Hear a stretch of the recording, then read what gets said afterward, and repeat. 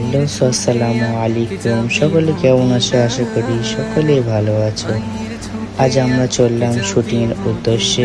দেখতে পাচ্ছেন আমরা বাইকে রওনা দিলাম শুটিং এর উদ্দেশ্যে এবং দাদা ভাই গাড়ি চালাচ্ছে এবং নিজের মনে গান গাচ্ছে আর আমি পেছনে বসে ভিডিও করছি। দাদা বাইক চলে সবাই দেখতে পাচ্ছেন এবং আমাদের কেমন লাগছে বলবেন এবং রাস্তার দৃশ্যটা একটু দেখাই।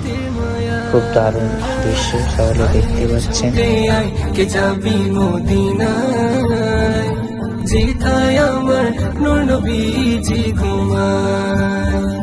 মনের খাতায় লিখেছিলাম নবীজি তোমার, তোমার পেতে পাগলে মন কাঁদে বারে বার।